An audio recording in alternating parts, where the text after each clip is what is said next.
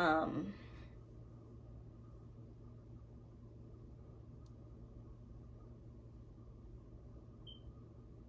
Hello everybody and welcome back to my channel. My name is Felicia and I hope you are well. I hope this video is finding you in good spirits, good health, and all of that jazz, and everybody is staying inside. Today I will be continuing my series Back to the Basics with part 2, part dos. I'm so excited. If you haven't seen the first video, I'll have it linked up above. We talked about the 4 essential steps to a skincare routine that everybody needs. So if you don't know where to start, go ahead and click that video up there. Awesome. So our next video is going to be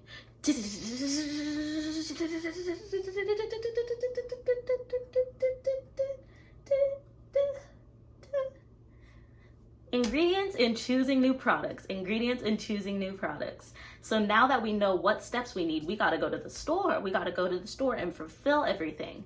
So that is what we are going to be talking today. Yeah, so let's go ahead and get started.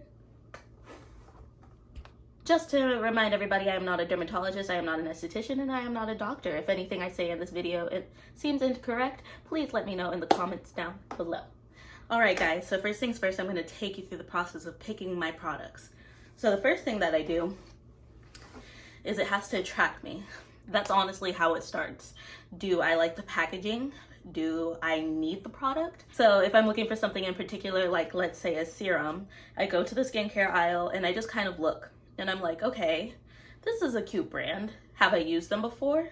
If I have, I'm more likely to choose them. So people like Clinique, Skin Food, e.l.f., things like that, The Ordinary, all those good skincare brands that I know and love, I'm more likely to look there first. But every once in a while, a new brand catches my eye because I do like to try new things. Then I look at the packaging and I'm just saying, like, does it catch my eye? Does it feel luxurious enough? Does it feel heavy enough? Because I am all about saving money, but I'm also about spending good coin for what it's worth. So I'm not completely sure what I was trying to say here, but basically, don't spend your money just because it's cheap. We want to spend our money towards meaningful products and meaningful products only. So are you going to spend that money on the cheap thing because it's cheap, or are we going to save that coin and invest in something that's better for our skin? I'm also about spending money to get results. Think about a brand that you see 50% off, like in my H2O Beauty. That was a flop. We all remember that video. I could have saved all that coin that I spent on those products by investing in something more. So what I was trying to say here is that don't buy something just because it's on sale. I bought H2O Beauty because it was on sale and I wasted my coin when I could have saved those $5 or how much ever I spent on that brand to buy a product that was more comprehensive and better for my skin. I don't know why I was rambling and that was so hard looking back at it, but yeah. So I wanted to give you guys an example of what type of packaging attracts me. So I have the Versed Hydration booster drops with hyaluronic acid in them, and I absolutely love this packaging. It's very sleek. I love the Tiffany blue color, and it has cute little messages. It has a little cactus for dryness, which is me. I have dry skin. But then on the inside, it says, "Let me be your hydration hero. Never go thirsty." And I thought that was the cutest thing ever. So that's how that's how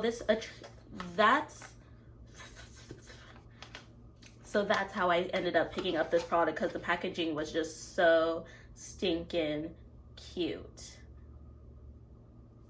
And then next, after I pick up this package, the next step I look at is ingredients. So I'm going to interject here. I was going to talk really in depth about ingredients and the research that I did, but I think I'm going to put that in a whole separate video because it's like a whole big thing. And yeah, so that's coming, but I wanted to give you guys the opportunity. If you have questions about ingredients or anything, I'm going to ask on my Instagram and I'm going to ask down in the comments down below. So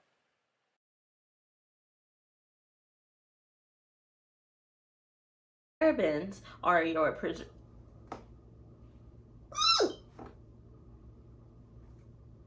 I hope y'all see.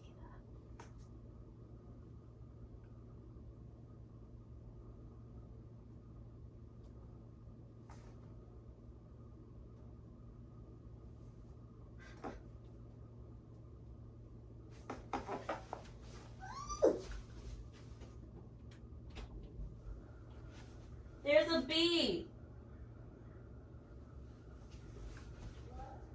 There's a bee. Yes.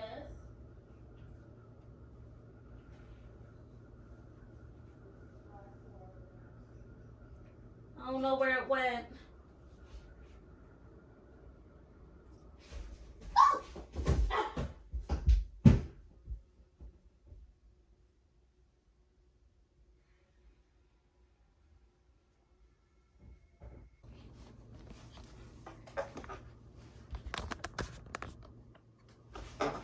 Okay, I'm sorry, y'all. There was a bee in here, and that is the third video that I filmed, and there's like a bug in my presence. But anyway, child. So back to the packaging. So we like the packaging, we like the look, cool. So now what? I turn to the back to the ingredient list. I'll have it pictured in here. So how do I check if the product is right for me? Well, I look at the order of the ingredients. So this claims to be a hyaluronic acid serum. That means I want to see hyaluronic acid or the equivalent of that from the first to the third ingredient, because that means that's the main ingredient in the whole thing. So here I said that it should be from the first to the third ingredient. That's not necessarily true, because certain chemicals are of course more toxic than others, and like this one is made of water. It's a water-based serum because hyaluronic acid is best absorbed through water. So it's probably the first, water is the first ingredient, but hyaluronic acid was like the fifth ingredient. As long as it's in that top 5, that top 6. If you see it all the way at the bottom of the list, there's going to be no hyaluronic acid in there, and then you're going to be upset and your skin's going to be dry. So just keep in mind in the first few of the ingredients, not a specific number. So I don't know if you knew the tea, but brands can say this is a hyaluronic acid serum and put hyaluronic acid all the way at the bottom of the ingredient list that's less than 0.01%, and it'd still be a hyaluronic acid serum because the FDA doesn't regulate skincare and skincare claims. So you have to be really careful and really aware when you're shopping. So we have water, propylene glycol, glycerin, butene glycol, 1,2-hexanidyl, hydrolyzed hyaluronic acid, sodium hyaluronate. Okay, listen, I'm gonna just have the ingredients over here. So now I got the packaging, and now I check the ingredients. Now I'm going to do another video on like how I feel about ingredients, what ingredients are good, what ingredients are bad. But for the sake of this video, we're going to focus on hyaluronic acid. Hyaluronic acid is good for the skin because it draws moisture in and helps the skin keep moisture in it. It helps keep the moisture in. And because this is a water-based serum, that's really nice because hyaluronic acid is best absorbed with the skin being wet. So the fact that it's a water-based serum, I think is like super cool. Water is the first ingredient. Yeah, water is the first ingredient in this. So that means that I know that it's a water-based product, so it's going to be really thin, really liquidy. I'll know the consistency. I see both hyaluronic acid and sodium hyaluronate, which are both different forms of hyaluronic acid. Now, I'm going to tell you a secret. There's an app out there called Think Dirty, and it'll tell you what the ingredients are and what the toxicity levels are on it. Now, take it with a grain of salt. If it has a red rating, doesn't necessarily mean the product is bad, but it means that by certain standards, it takes standards in from the EU, the EU, the FDA, and all of that stuff. That takes those standards, puts them in an app, and lets you know what the rating is. Green is super good, yellow is mediocre, and red is considered dirty. But I would really encourage you to do your research on phthalates, parabens, sulfates, and why they're put into products, which I will be talking about in another video. But the app is called Think Dirty, and when you scan your product, so I would take the barcode and I would scan it, it will pull up the product if it has it in its database, and it will tell you what every single ingredient means. So that's a little hack for you. With ingredients, you don't really want to do too much here. Just make sure that the thing that's proposed on the front is actually in the product. A little hint, everything that is first on the ingredient list is what's going to be most concentrated. So this product honestly is going to be made mostly of water. Water is the very first ingredient. But you can go all the way to the end and you can see that there are no fragrances in here, which is really important to me because fragrance irritates my skin. I don't have sensitive skin, but if something's really, really like fragrant, like I try to stay away from it. Again, I will talk about fragrance and all of that stuff in another video, but we're talking. So I look at the ingredients, that's second. Third, we talk about the pricing. Now pricing. Skincare isn't a cheap hobby, so I have had my range of pricing. I have set standards on what I'm willing to accept and what I'm willing to not accept when coming to different types of product. I'm not gonna pay $100 for a sheet mask. Not gonna do it. It could make my skin super dewy. It can make my skin look like brand new. It can make my skin look like I just woke up and the stars are shining. I'm a star and I'm about to walk on the Hollywood Walk of Fame. It could do all of those things for me and I still wouldn't buy it. It's a sheet mask. Sheet masks are temporary. You put them on for 20 minutes and you take them off. I'm not paying $100 for that. So I'm going to give you all the pricing. Hopefully I can put it up here of what I would accept in each type of product. So for sheet mask, I would expect about $4. That's how I try to keep it around. If it gets into the $5-6 range, that's getting expensive. To the $2-3 range, it's getting to the cheaper side. But cheap doesn't mean bad. It just means a bargain because I really love sheet mask and that's where you can play and experiment. But around $4 is where I like to keep the price for like how much I would pay for. Cleansers, I won't pay more than $20. That's actually a little bit high for me. I think cleansers are very essential, of course, to my skincare, but also like think about it, like they're gonna like wash off. They're not products that stay on. So for a wash off treatment, I don't want to put all of my coin in there. My rice water cleanser is only $13 and my egg pore cleansing foam, I believe, is $9. So that's like way below budget. Getting into 20 is really expensive. So that's like if I wanted to try like a luxury brand. Right now I don't feel the need to, so I'm going to keep it to those options, but around $20 is my absolute limit for cleansers. For serums, I won't pay more than $40. Notice how I upped the price. This Verse serum was $20 in itself, and look at how small it is.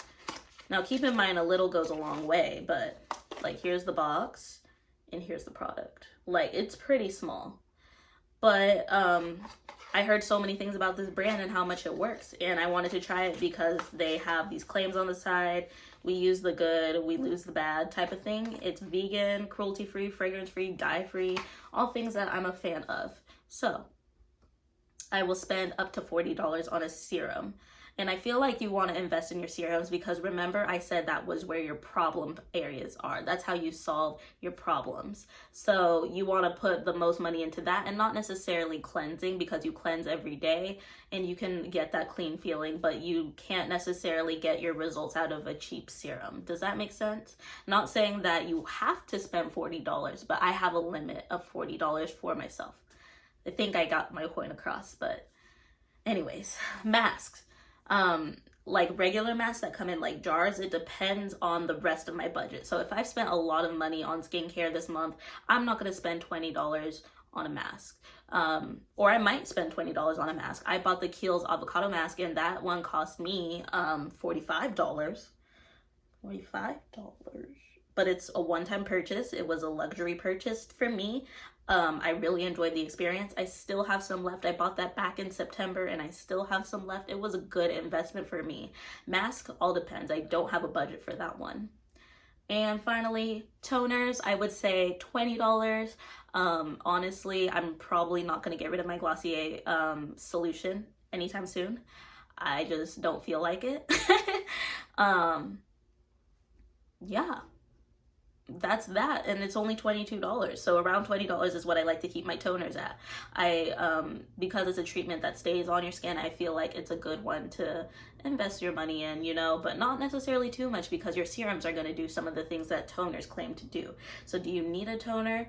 No, you need to exfoliate for sure, but you don't necessarily need a toner. Does that make sense? I hope it does. But that's how you pick your skincare products. I'm gonna go ahead and wrap up this video. Thank you so much for joining me today. I hope I spread some information that helped you. If you have any questions, comments, concerns, always leave them down in the comment box down below. Talk to me, let me know. Making sure that we're checking the description box because I have a bunch of goodies in there and products and product recommendations and all of that stuff. So making sure we're looking in the description box. In the comments below, tell me something that you did you think about the ingredients before you saw this video, and are there any ingredients that you won't put on your skin? If so, yeah, so I think that's it. My name is Felicia and I'm saying bye for now. Bye guys. Ow.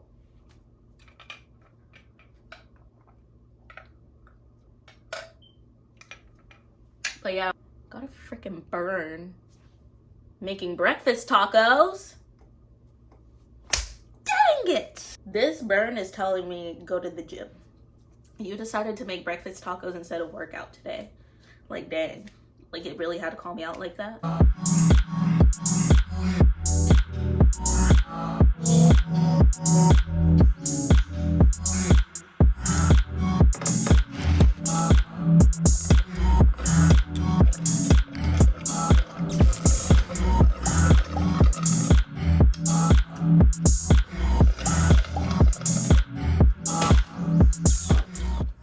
By the way, today I am wearing my favorite shirt by my friend Jordan, Nubian Rock. Aren't her ladies very...